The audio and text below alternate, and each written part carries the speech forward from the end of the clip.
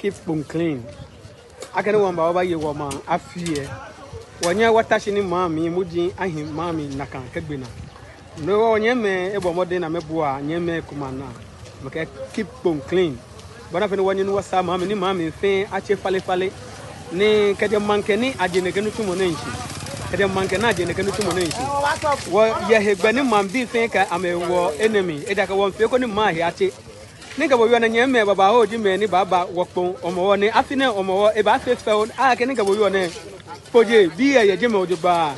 Ningmana Wajiska, Echo, Nechenchon, Wakano Baba Nagby. Many the first one work at your affiliation. Once some mammy fan, Fale no Bana, can Yeme fan, F ready, Yeme fan, ready. Enele, Mofiamo, Kaji, Oya Sophie, Oya Kante, no can know your Banani, Okaba, Ni Wakavendation to work at Yeme, come back by Sandy Kako. Well, nibi ne fe mo because one na no fe no na feel e Ghana ka di obesika onyo fe nyekwa got tie ni emi echichi no wo to na ka egbane no wo ka MC ya kechi be pi e ka di afe got tie e ma mi e sane amena contractors papai ni anya fe ni got mi adra odoba bona fe ni ka di wo ba mi samo ni anye afe ne ka ma di nibi ne e ya no be ka be fe all the time ba fe got ngbe akenhawo no etento wo ka nyeme ekome Bagba Sanda, Yamako Bagba Sanda. Ninka Boyone, honorable ni Adi, Shiami, Nakanonika Boyone, honorable Nathania, Akpe, Lawn, Sham, Echenton, or can favor Manie. Can you mean be a minute be her name, Minigino? When I work at Kpone. Wow. Ne Obano Fulham, Fio Catcho, Noya Comeneka Bamami. No, Kpone. Fair legacy. It's all that you want Sama. The Kawakwe, Asia Wafi, Asia, or not Asia. It's an was how you couldn't go and Baba Mamma, I'm an Agashima, Fali. Okay. Can you maybe a fine penny fear? Allo, your for Fimo. A Ginoponi, Afia, or fear than what you are. One Nagashi, what program say in your back and Banawaka, Fuji. Many good to Jeep that can no program will go Nika here, Kaji, what you woman, Afia, no program for Nika one like Afia. You are Afine, and maybe given a ban on the minute expectations for me. What out? Afine 29, Niji Omoju for Labia or Akitin or Ashan. Wow, and Tower Kitty was shot, a Beckett. Osono for Beckett 29, and I can blend what I say Osono night. Niji Koji Osono night. It's all your way. I've been away, probably now, Saturday, Niji 2nd September. And what I say Koji, Kuman, and go on Jacamo about couldn't evacuate. I say for the garden.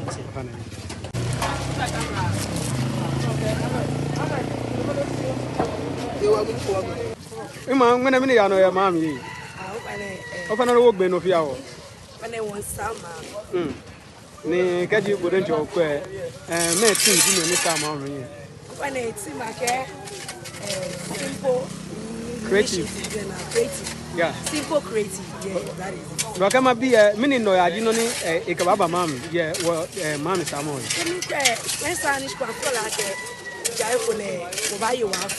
I look at annual program. I look at start once a while. Look like a 2 weeks, 1 month. And that's because what God they send your money. God they say, BB, in a way I can you go, you feel no catch you. From I expect I can start for that sound at least. For that is if you are honey and the other one. When you live on can you she can't be to the can she can't be once a while like you. But my neighbor, down about me. Then I could have attacked you if they initiative. Then I can ask them once a while and what thing will not do. Then I can buy it back. If I know a man,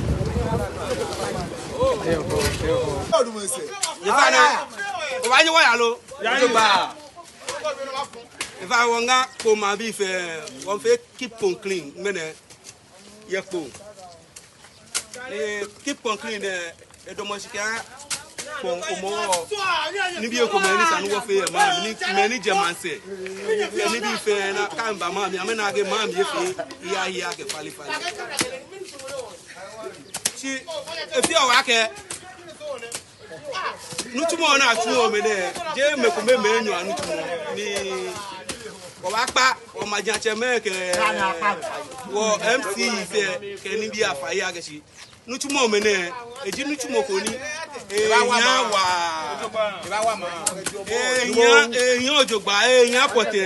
that's some more. Yes, if I'm Jaja, Esho, more than is an in the game. I know your man. Next year, none one happiness.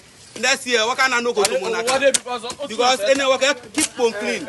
No way I keep on clean, lolly your mammy, and your mammy. If you don't go to your mom, just I'm a dam, the assembly. I fool I'm a fair no go to your mom. I'm a self assembly, yes, I got self assembly letter. Can be fair away. By this time, I get keep on clean, lolly. Sunny by this time, and you what day. You be an never want to near, and it be why I rent plug yak and a boboya, can it be done a low or ball like can it be gay? Never for Naka. Ever for Naka. No, boom. What power committee on fire? Or more committee than a year, mammy hour. A year, boo. Yes, she bought me. What a fire? Yes, she bought me. Yes, she bought me. More committee than a year, I'm a wild man. More time. Yes, she bought me. What buy your fight? One pound of fire, she bought me. More committee, now a year, you a year, wow. Come on, go to more. Akojon. What buy your fire? Honorable Akojon. Honorable Akojon. I want to come teach Chama. More youth come teach Chama. More youth come teach Chama. Yes, she bought me. Yes, she bought me. The other first I go, man, I ask you. Boy, first I go, why ask you? I got to first why ask you, woman, will mama. She be an walk, ma, a done a day here. Why, ati. Mewolo, minwolo, yo jele mi na atawo. E ko bi ana no ona akpon mo bi de yin na ga wo. Bi ana no fiano na fi o. Kpon mo bi ye ni wo ba anye wo domoshi na mba anya me domoshi. Na me lead ma. Ni ma fe na di. Mommy na sa jeje stand. Na lead ma, ni ma fe na di. Next generation. Siji wa esa wa wele onu pe ko me ka do mo sini amebe ma bia na amedra ni bi ni ya no fe amebe ideas onu si bia na we new generation we ko we new generation lo wan pa me fa ame deserve na come tie we ya si ba mi akojo eda efu ya monisa ni eye omo come tie am eda enye ewe no ko I deserve na committee na we lo Brian bi ko Brian bi ka futu ne ani committee afenad me na den na ko so wo ko you see I must applaud all the youth in here that they've done massive job that we're able to organize ourselves to do cleanup exercise. Okay, so what are you expecting? During the festival we are expecting more big things. Okay, we are coming to celebrate our festival. So, what are your expectations through the festival? My expectations, I think the expectations are very big. Okay, which you will be part? Yes, exactly. Kpone, we are expecting Kpone. So, what are your expectations through Kpone? Okay, I think you have to learn the gown because we cannot be speaking English. Fio.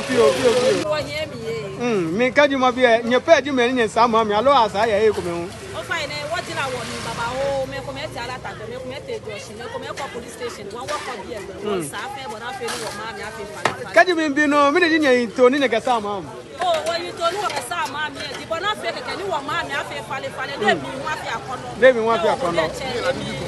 la bibi fe o ta ko ta bi fe wa ka ni bi o ti e fe ke tonton bi e fe ya se ye wo no assembly market me ni fio ye da ka ko market me pay wo mu ni fio yeah that one too we are planning about that one organizing it. We will be there live wana ni bi ni tumu ya no ni angbeko bi ane wo hia market road there ni echenton wo kan ye me ba gbasan echenton wo kan ye me ba gbasan ye na me fa me pay ready ni mo fa mo tin me ki ele ye ni bo so eke we echenton ba gbasan ni ki ye ni bravo mini ya no yi Yeah, for when I keep complaining, no, maybe I can see me tell on no tomorrow. Oh, Nuchumo Yamani. Onake Jinokuni, Noya Baba, Nibani, Mohila Dibini, Baba Kife Bayasi. Oh, Jinokuni. Honorable Akaboji Assemblyman, yeah, Kpone, no, maybe I can go to challenge in your yeah. Challenge locally in just say what the side Akema traditional council for Susumuji, Sani Amehi committee for the traditional council, Nika and Leno government award contract. How a mammy, a low government, I never feel look actually how a man. Sanina committee, a member inspect when I feel Nika and two amity to Akapina back how a man. When I can, what does not fear how a man? What is it? Now, when it's sloppy, it's an if I got a son, where I can in your equipment, ni monefini pe keke enkete domushi ke domushi pe keke emu jo ekoko ni ba yin se baba pe keke mu ami wo han ni ke ni mone nuwe anye ne film ni flu le ya e wo got snap ya ha we ma ni got say da yo as assemblyman me ni bo wo fi o ke ko he oni municipal anya no noni bien committee ni e feta mo loko ni ma mi fe problem wo ije nye me assemblyman ke what they meet no come do ya ke shi won pa me fa ke aba na ba fe project ko ma mi sana ani man bi e ko me aba inspect issue because man bi ma mi wo yo le man na gba go ke ji aka no tumo ko ba na che won mo ti wa inspect e boni won to na fi la ha ko ba yue ko ni ka wo yue anya fi afi na kan ko de ke binjole alo ko ni ke no ya aba ma mi no ko ni ke wo yo ya assembly ni won pa ba ke ko de ka le lo ba tu alright ni ya no mami won sa mami ni ka di okwa mami sa mo mi ni no ya ba ke ha wo afiere wo ba yi oh e ba mi na fe fale ke bo se ba won na ko bo ke fo ni ka ma bi ni gbegbe di eni asa bi ane won sa afiere la lo ke dira ni to ke point electoral area is okay yo ni mo bi ni ya no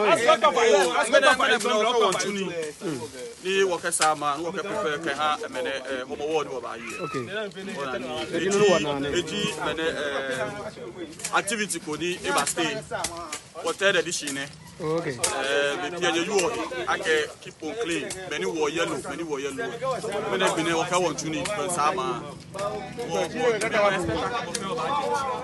si mo enthusiasm ona di wo fe wo ka ba no ka chu oni na ka wo expect to ake wo ka ba cha no da kan wo pa man bi fai ke be pi ke wo ba nyen mo wo ka wo nta wo yeli ke bo am ke ha ne ke no chu mo ne je de ko le wo ba ba nye shika alo mene ka chu ni anu onu ke to bo mu ojo hi no yi oloko ona be ni bi ni nyenye ba ne ko me fe no chu mo fan bi hu e sha me no chu mo na ba me chu ni wo kanye me banyemu na me binya ke wo nye ba wa me nye hi aje me no wo fe wo tuni chumo lo je ke yeli ke po amokwa ba won panye fa nye ka gbugbule anyemi chimon mansa mo no yito wo hie wo I think ake onupe oni o ma mi ke wo binya support e ye ba kanye fita wo ewu wo tuni chumo lo e fo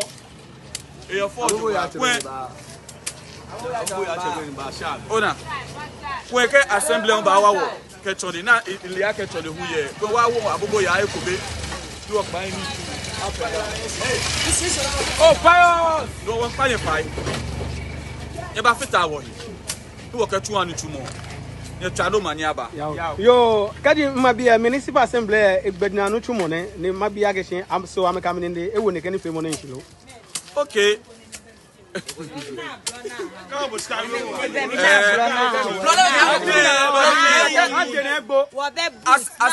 as a patron, as a patron,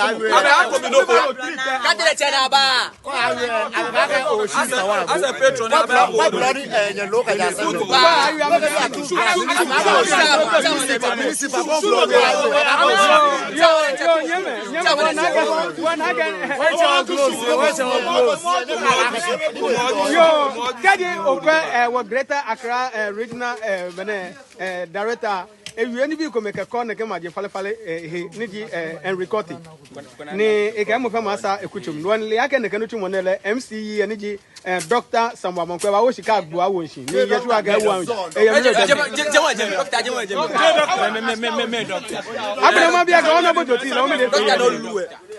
Honorable Joti, where you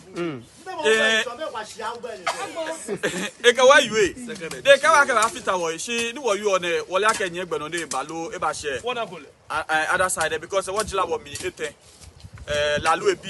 Yajeme after Afe B. Yajemedani Dinglabi.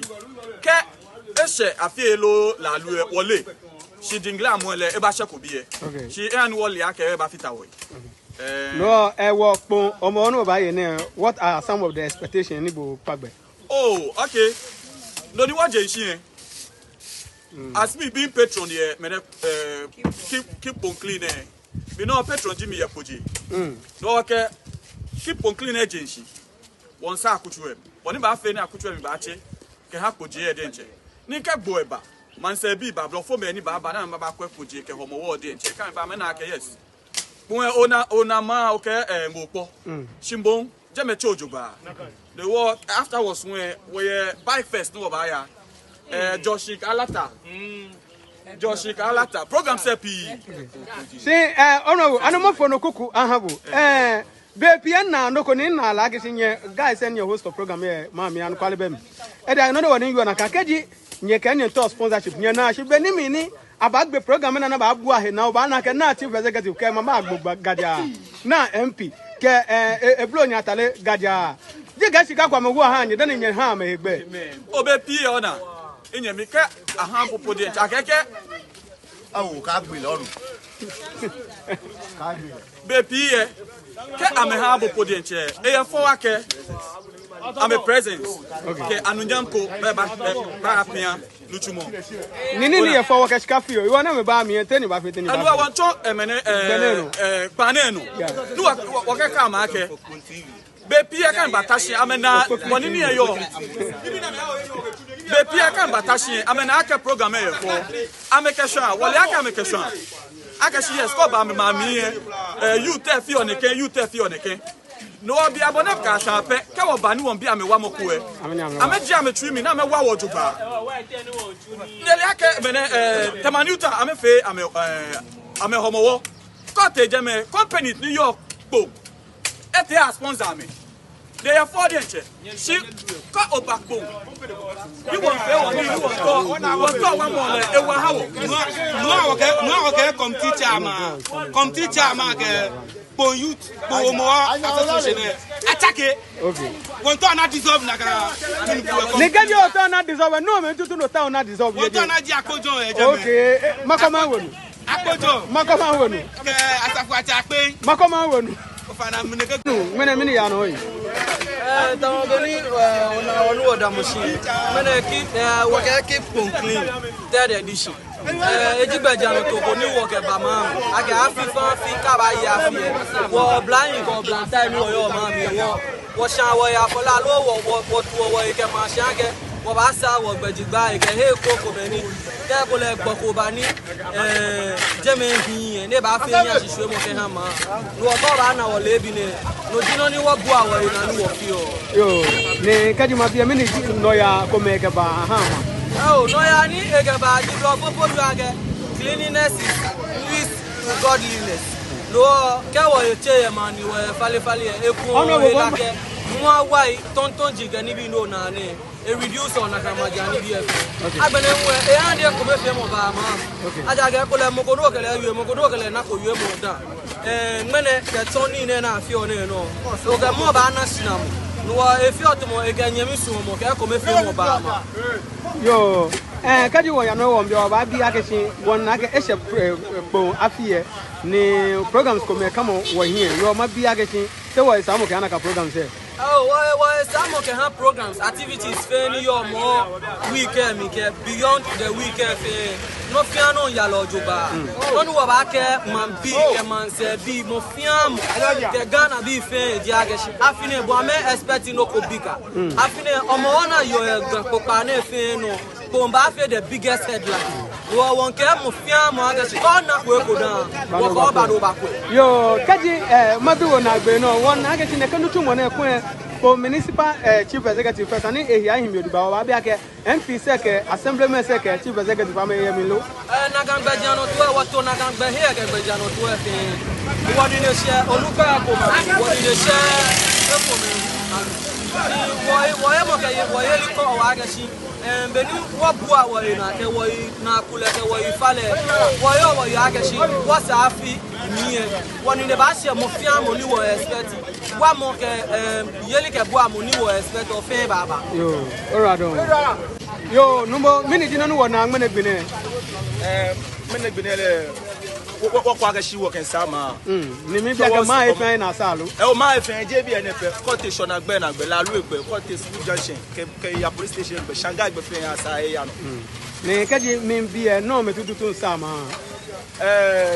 enele wo ibi nyi ankro shimi na ga shi team je Jamestown okay team ele je Jamestown okay bo wo kole na kan no wo kam di ma bi minni poten hewo ni wo sa mami mene gbene enele fale fe mo loji won na gbele wo ke oko ogota ji ami enu e ko me ya mi ka wo me assembly ne ba tun ele ko pe na ila ba mo wo fin okay wo ko mene gbene age shi wo ken sama afina ba yo ye ma okay ke ha afina ba yo nyame ni ba ko lolo mi ni jinu ndo ko ame amewo America e ja ke load ye bi okay amewo America wo pa fai wa assembly wo pa fai tu so ka tuone e fa wo next time ni America mo ha wo pa fai wa